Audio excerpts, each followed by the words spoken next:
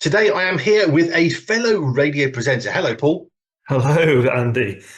How are you Uh, this morning? I am. I Oh, am you're supposed to all. ask the questions, aren't you? I know. See, this is the thing. I was interviewing Gordon T at Hope FM, and he switched the interview at one point. The rascal. Yes. Hello. So you are a radio presenter amongst many, many things, but that's kind of one of the things that stuck out for me when I heard about you. So let's just go straight to that. What is it you do on radio? Okay, so every Sunday morning, I produce and broadcast a 3-hour show. It's called the Sunday Sunrise Show. It starts at 7 a.m. And for the first hour, originally I was just given 1 hour, 7 till 8. I guess it's the hour that no other DJ wants to get up at on a Sunday morning. And I was given that hour, and it's an hour of contemporary Christian music on a local radio station, which is a secular radio station. And then the first week that I started to do the show on my own, after some basic training, the guy who was supposed to take the 2 hours after me didn't turn up. He wasn't well. And so I've had 7 till 10 ever since then, and that's for about 5.5 years. Wow. The second 2 hours, though, I play a mixture of contemporary Christian music and uh, pop music that I've chosen from the system. So it's yeah, and I'm able to talk about the Bible every Sunday morning. I do a short Bible study, really short. I mean, on secular radio, the segues are very short. The music's short. It tends to be 3 to 5 minutes, doesn't it, each track? So I always aim to keep my sermon, as it were, to about 3 minutes. So yeah, I'm really kind of blessed by the opportunity to do this, because my heart is that we talk about Jesus Christ, we talk about faith in a normal, a day-to-day setting, a secular setting, a secular world, because our society does seem to be mostly secular. And but I want us to feel free to talk about our faith and about Jesus Christ in that setting. I think it and normalize it a little bit as well. Fabulous. That's kind of our heart and passion. Your Sunday morning show is pure radio. It's about normalizing the conversation around Jesus Christ. We are very much a Christian station. We don't hide that in any way, shape, or form, but we also don't make a big thing of it either. Because for me, the fact that I love Jesus Christ is the most normal thing in the world. So at Pure, we don't make a big point of it. So I love what you're doing. It's like a 3 hour condensed version of what we do 24/7 every week. How did you get into radio then? Have you got a radio background? How did you end up doing radio? No, my background is business in the automotive industry. I was involved in making exhaust for cars and other vehicles, and then as the world moved on, that became making catalytic converters and diesel filters and things like that. And so I haven't got a background in radio at all. However, I was at a party, a friend's a friend's party, and his daughter's fiance at the time was a director at our local radio station in Stafford. And I was just having a conversation with him, and I said, do you have anything that is faith-based, any kind of Christian showing on a Sunday morning? And he turned around, looked at me, and he just said, no, we don't. Why don't you do it? And my initial thought was, no way, not in a million years. Not you getting me in front of a microphone. But I went away and I thought about it. And a couple of weeks later, a friend of mine who works for another Christian charity called International Needs UK, her name is Ali, and she came to stay with us. And I told her about this incident where I'd been invited to do a show on local radio, a Christian show. And I said, I'm waiting, I'm praying about it, I'm praying, I'm seeking God, I'm waiting for a sign from God to say this is what I should do. And she just turned around to me and looked at me and said, wasn't the invitation enough? So I was put in my place, Well and said. the following day, I got in touch with Matt, who was the director of the radio station, and said, "Okay, I'm ready. When do I start to learn about it?" And it all went from there. So Sundays, 7 to 10, it's a local station. So what's the name of the station where if people want to hear you on a Sunday morning, which I did a little while ago, I tuned in and thought, Yes. oh, I love this. What's the name of the station? Because you're not just local, it's actually online as well, isn't it? Yes, it is. It's an FM station. It was originally Stafford FM when I started. Recently had a rebranding to Vibe One, and it's on 107.3 There you are. FM and online and on smart speakers and all the other things that we announce when we talk about radio stations. Yeah, between 7 a.m. and 10. And you know what? People do take notice of the online listening figures. So, I think we've always been quite lucky in that respect, in that friends from further afield will listen. Therefore, our online figures are quite high compared with other shows on the station. Hmm. I know that a lot of people locally will listen on FM in the cars and in the workplace and so on, but the online aspect of it has meant that we've got a wider audience, which it always pleases the directors of the station. You see, so it keeps us in their good books. Of course it does. So Mm. radio, that takes you 7 till 10 on a Sunday. You've talked about the automated world, making exhaust or mufflers if you're elsewhere in the world. What else are you doing today? Because I have a suspicion that you're a busy guy because we actually met at the gathering, Christian Vision Yes, for Men 2024 in a field near Swindon a little while back. But yeah. what else do you fill your days with? Well, just on the point of the gathering, I was at the pre-gav the year before this started the gathering. I think it was 2010, and and that was at Warwick University. It used to be a men's event that actually had rooms and beds and things like that as part of it. And then Carl Beach said, "You know what? I think it would be a good idea for us all to go camping instead in a field near Swindon, as you said." And so that following year, 2011, I decided to go, try to encourage people from my church to come with me. I was Billy No Mates though in that event, and that would have been the first time I'd been camping since I was a teenager. And so I marshalled as well for that event because I thought I might as well do something useful. And I guess that is what I kind of think about life and my faith. That we've only got a certain span of life. You can kind of chop away the bit that you've already got to. So I'm 60. I can forget 60 years of it.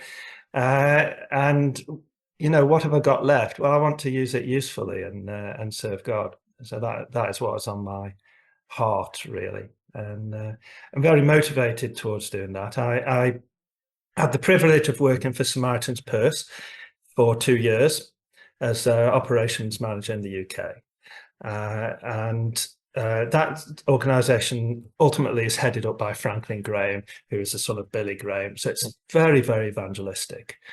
And because of that involvement, I was involved in the Operation Christmas Child, which is shoeboxes, sending shoeboxes to people, to children around the world, but also with a gospel, hope. They go with the hope of the gospel, and they're distributed by churches in different parts of the world. But it's also a disaster relief organisation. So when the Ukraine war started, I was sent off to Europe to buy ambulances, food, generators, you name it. Samaritan's Purse is a big charity, so the budget was pretty amazing.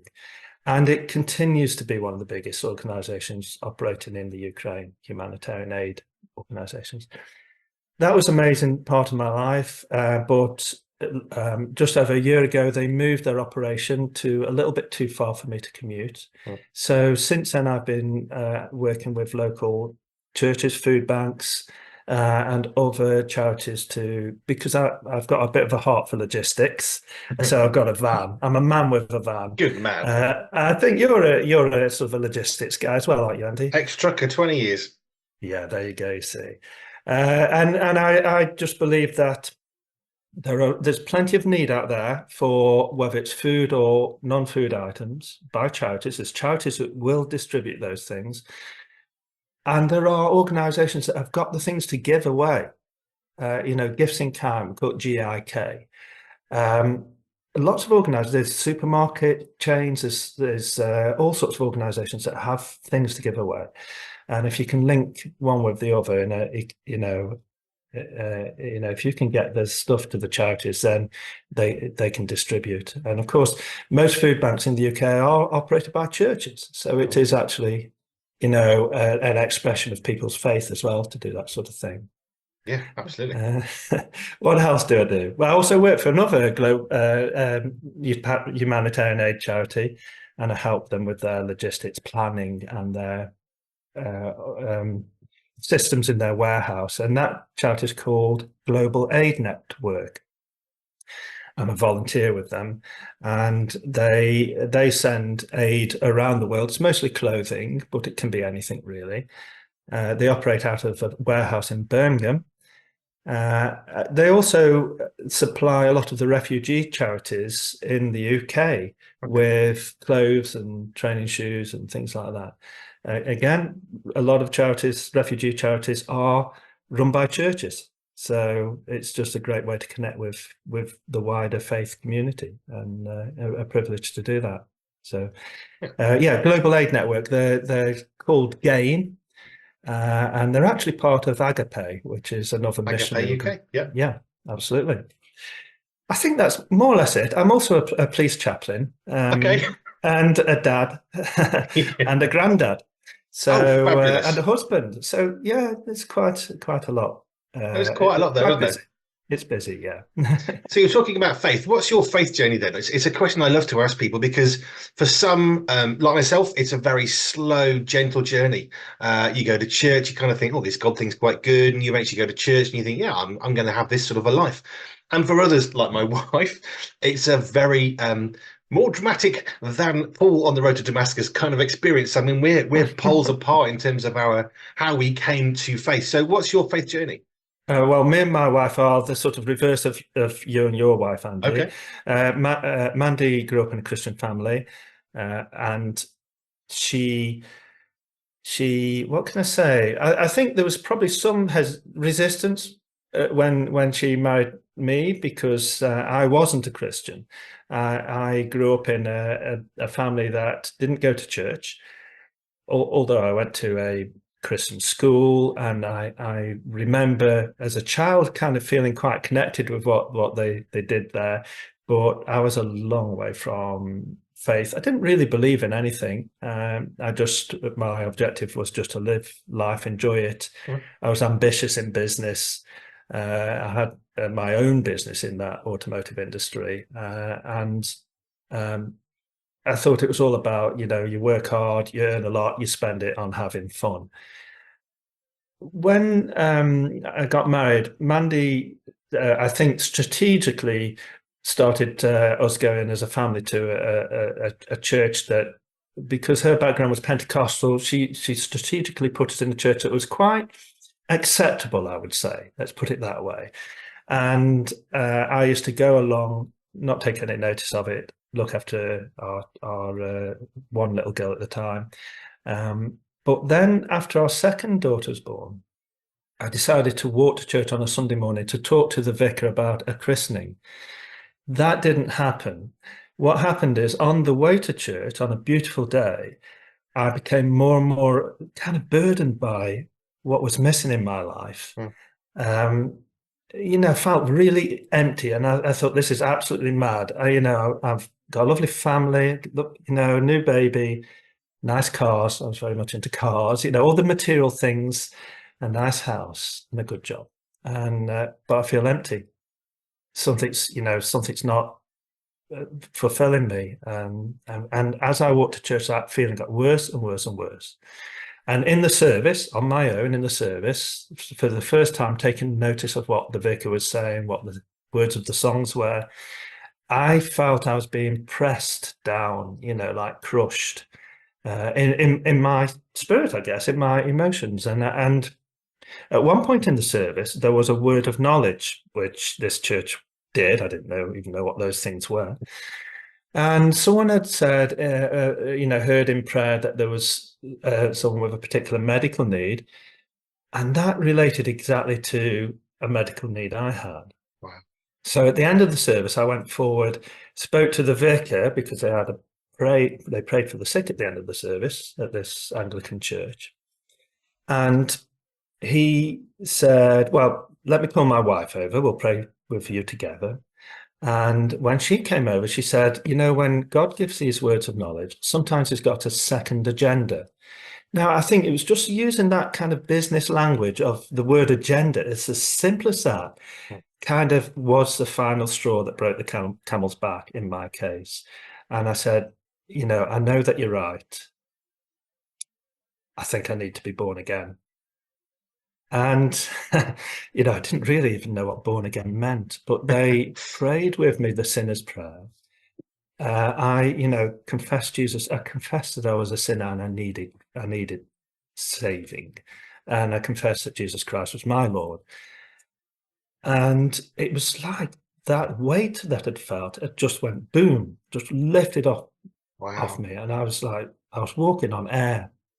And after the service, I started to walk home, and my wife her father had come around to look after the children, the new baby, and so on, and she drove to the church to pick me up, and she said when I got in the car, "What's happened to you?"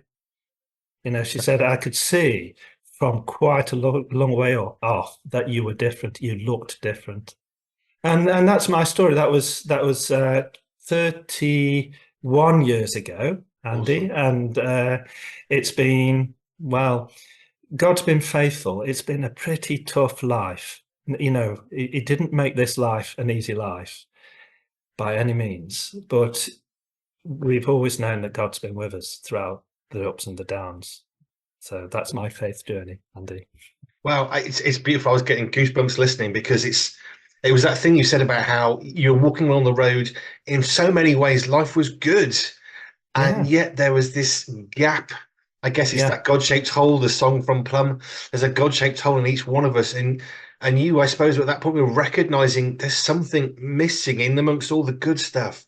There's this thing that's not right. I actually remember a friend of mine once asking, "Can you pray for my husband? I really wanted to find Jesus, but in his life, he's got good health, he's got a good job, good car, good money, everything's great. And it's like he doesn't know that he needs Jesus right now.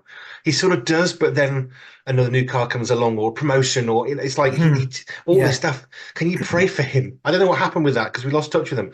But she just knew that because life was good, he was going along happily, but not, which is, I guess, where you were. Yes, absolutely. And I mean, I feel that I was very privileged to hear God's voice in that moment. In some cases, it is the tough things that bring people to realizing that they need God in their Yes. lives, and they don't recognize their own emptiness. I think probably a lot of people are concerned about the way the world's going, how secular and actually really quite horrible it seems to be going. But I think God knows the end from the beginning, and I think He's got a plan. And there are a lot of people around like you, Andy, and like what we're doing on Vibe One, who are planting seeds. People must have planted seeds with me. So when I realized, I mean, I'd heard of people having conversion experiences, but didn't really believe them, I don't suppose, and I didn't think it would happen to me. But those are all seeds, aren't they? And I think there are a lot of people planting seeds, and society is getting ready for God to do something. People will say, "This is crazy. It's gone mad." There must be something more to life than this, and that is exactly what I was saying to myself before I made that decision to follow Jesus. Wow, I'm really glad you listened. It's a defining moment, isn't it? You mentioned some hard stuff that life isn't easy. Where has God been through that? Then have you got some examples where you've been through a hard time, but actually God has been with you through that? Where it's because you become a Christian, and some people say, "Oh yeah, you become a Christian. It's great. Everything's rosy and wonderful." And well, that's not my story, and it's not the story of anybody I know who's come to faith. So, what's something that God's carried you through? How has He helped you? I think there are so many things that you're quite right, and people think if you're a Christian, it must be a bed of roses, an easy life or something like that. And maybe someone, it would be wrong to suggest that to anyone that by by becoming a Christian, everything's going to be okay. The difference is, I think, that you carried through incredibly difficult times at times by Jesus. You know, the story, we're on holiday, and you know, there's the story of the footsteps on the beach when there's two and Jesus is walking beside somebody, and then there's only one, and the question is, you know, where were you, Jesus, in your toughest times? And he says, I was carrying you. And it certainly carried me and Mandy through. You know, in 2015 we lost our daughter Hannah. She was 22 years old, and I'm so sorry. after a very tough experience at university, uh, involving, you know, she experienced some physical and sexual abuse there. Her mental health declined, and that led to her taking her own life. There is, you think, absolutely nothing that can get you through that, and day to day, it's tough. You know, so many times, almost every day, I say, Lord, I need you to help me get through this. But he does. Is, you know, I'm here. It's never failed to come through for us. And we often say, and I think Christians in general often say when they go through something really tough, I don't know how people who haven't got a faith can possibly get through this. You know, we say that, and I really believe it. And, you know, I would encourage anyone listening to this who is seeking, you know, really, really look hard, really, really try to find that faith, because, you know, Jesus is knocking on the door of your heart, and it's probably knocking on someone's door right now. Wow. Yeah. I'm so sorry for your loss. So tragic. But I'm really glad that God carries you through that. I mean, you know, you hear that, and it almost feels kind of so separated from you. Well, it happened to somebody else, and you hear that, but Yeah. there's a real difficulty in that, because it isn't simply as something happened and someone struggled. You know, the ramifications. It's that stone in the lake, isn't it? The ripples just go on and on and on. The number of people that's going to affect, and every day, Yes. how are we going to get through this? How are we going to sort this? And it's amazing how God brought you through that. The obvious question I kind of have to ask is, how would you help somebody who is facing their own sexual abuse or bullying in the workplace? You know, how would you speak to somebody who's in that place of feeling utterly trapped? Who do I talk to about this? How can you help them to see a way through the mire? Yeah. It's very difficult. I mean, I know more about it now than before we lost Hannah. I would say if you are, if you know someone is going through that sort of situation, don't think that it couldn't happen. Don't think that they wouldn't take that further step and harm themselves. Always do everything you can to support them. I know we thought we were, but you know, I guess personally, I didn't ever believe that Hannah would do that. But you see, when someone is in that level of poor mental health, they're not themselves. You know, this is an illness that takes lives. And for someone who is feeling that they get into that stage where they're having, you know, dangerous thoughts about themselves, uh, they have to seek help. They are so valuable to people that their loss, the loss of them, you know, they might not feel loved, they might not feel significant or valued, but believe me, they really are, and they're valued by God as well. You know, there's no doubt about that. But I would say there are agencies, there's the Samaritans and so on, but probably your first port of call is your local crisis team, the A&E 999. If you know that you're feeling, you're having those ideas, it's you know, get emergency help straight away, and the medical services will take it seriously, because it's almost an epidemic. You know, and we're losing too many lovely young people, very often young people.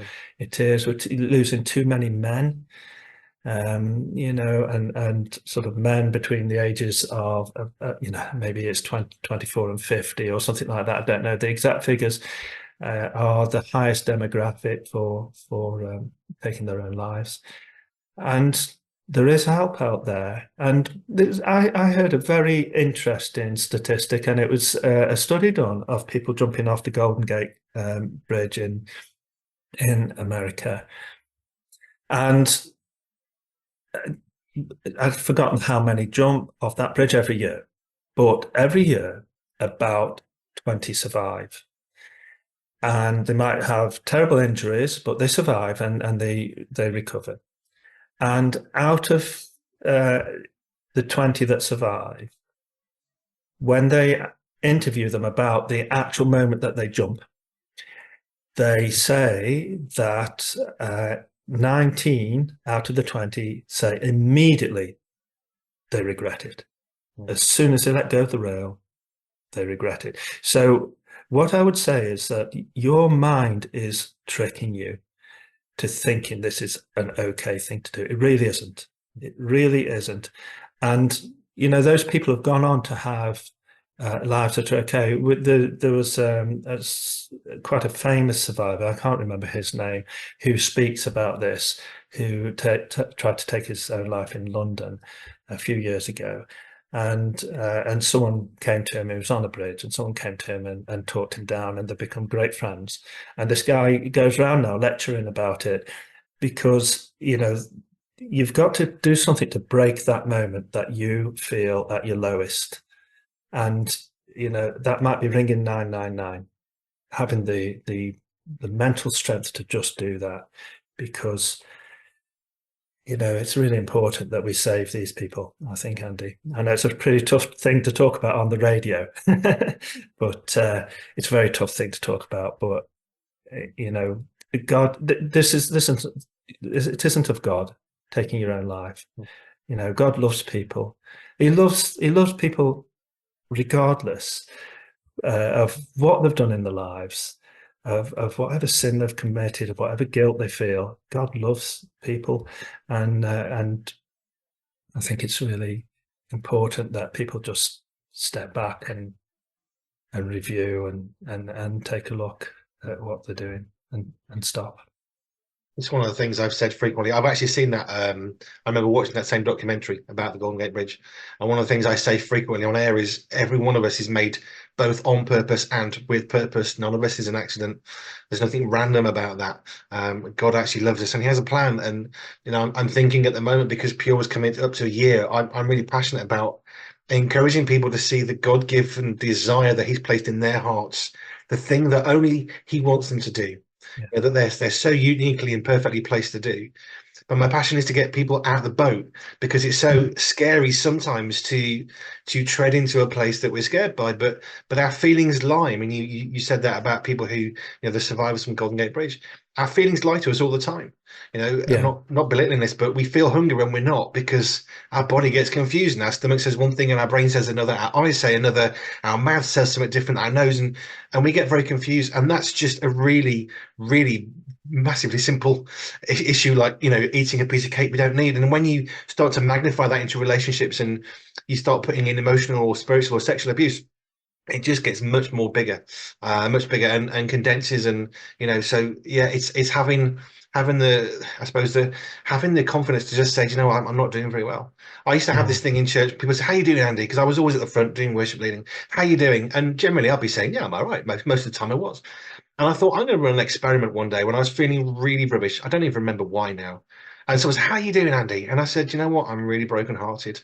I'm really sad. I'm devastated. Oh, fantastic. Off you go then.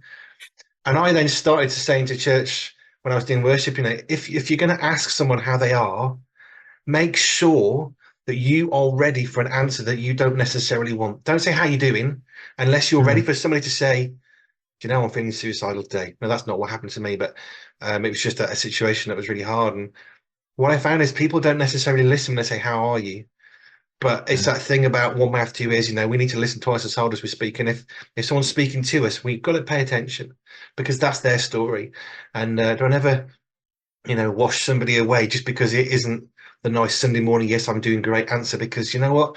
You could be the last person in that Yes. line to sow a positive seed, which could redefine their life for good. Um, so yeah, I agree with you on all of that stuff. Let's talk to people. Let's just come back to radio just for a moment. Yeah. So you enjoyed doing the radio. One of the things that I'm really conscious of, and I've said this multiple times, I think, over the years, I'm so glad that contemporary Christian music today is not what it was in the 80s and the 90s. In the 90s, it started to get better, and yet today you've got people like Corey Asbury, you've got Josh Baldwin, Chris Tom, Matthew West, Yeah. and Lecrae, LZ7. You've got some amazing, just such a different diversity of music. Yeah. Sarah Reeves. We've got Lauren Daigle. There's some really great talent. Where do you go to when you're trying to choose music for your show on a Sunday morning? How do you select the music? What's your process? Well, all those all those names that you just mentioned, Toby Mac, I'd throw in there as well. Yep. I love some Christian hip hop. A few more local people, like we have a local artist in Stafford who does some Christian EDM named Awesome. Binis. Philippa Hanna, love Yeah. her music, seen her loads of time at the Big Church Festival, as it's now Yeah. called, and she's played in Stafford one or two times. I like the classics as well. I like some of Graham Kendrick's songs, and he keeps producing new ones. So it's. But I mean, we have a kind of a pattern where we would identify certain songs as being our openers, and they would be fairly up tempo. And for the first probably 15, 20 minutes, I will play some quite well-known worship songs at 7 a.m. because I know that particular time there are listeners from local churches who are listening because they are interested. They want to know if I've announced their tea party or something like that, I guess. But they listen while they're getting ready for church. So I'll play some worship songs in that first hour. In the second 2 hours, I will go more hip hop, pop, contemporary, a little bit of rock kind of sound in the music choice, mixing it in with kind of my favorite non-Christian tracks. I became a Christian when I was 29. I'd already formed quite a good varied musical taste before I became a Christian. Which is useful, I think, really, because there's some great secular artists out there and songs. Oh yeah. And I think it's a shame not to play some of the great music that's out there. I think certainly when you look at music from the 70s and 80s, the secular music was way ahead of the contemporary Christian music of those eras, as you Very much. mentioned. But it's not the same today, I would have said. No, some great Christian bands. Going to things like the Big Church Festival and other things like that is a great way of connecting with the music out there. A friend of mine, Pete Fried, who his day job is he works for Mission Aviation Fellowship, so he works for a Christian missionary organization. He is ex-RAF, so he knows a lot about aeroplanes. More jets, though, than I think the ones that Math fly. So he co-hosts the show with me as well, and we kind of fill in for each other when we're not around on holiday and so on. And he has a daughter who's of an age where she's listening to all the up and coming Christian bands. Great source of music information, that is. So I have three sons do the same thing. It's brilliant. Yeah. And in fairness to the directors of Vibe FM, they allow us quite a big amount of space on the server to put our songs. So we're building up quite a good selections of songs on the server. And I mean, my heart is that if for some reason I wasn't around to do the show, it would be something that we could train someone up quite easily and hand it over to. Or if we could kind of expand it to other local stations, I'd be quite keen to do that, because at the end of the day, I want people who don't go to church. My interest is the people who don't go to church, more than the people who do. Sorry about that. But 93%, 97% of the UK population don't go to church regularly. Well, that's a pretty good section to aim for, I think, with introducing them to Christian music and the gospel, of I course. love that whole. It's not, oh gosh, there's a lot of people who don't know Jesus. It's look at all the people who we can talk to who don't know Jesus yet. I love that. Yeah, That attitude, absolutely. that's really cool. Paul, thank you so much for your time. It's been a pleasure and a joy to talk to you. We met each other at the Gathering 2024 Christian Vision for Men, and that was great. My son says, "Oh yes, I remember him. He was great." So yeah, you're memorable, which is great, and I love what you're doing with Vibe One, with the contemporary Christian music and all the stuff you're doing there, which is fabulous. So I hope that continues to grow Thank and you grow so in much. strength. It'd be great, yeah, to get you on other stations doing what you're doing because it's really good on a Sunday morning to have something just a little bit different. Paul, thank you so much for your time. It's been a pleasure and a joy. Take care. Thank you Bye very for much. now. Thank you very much. Thank you. Bye.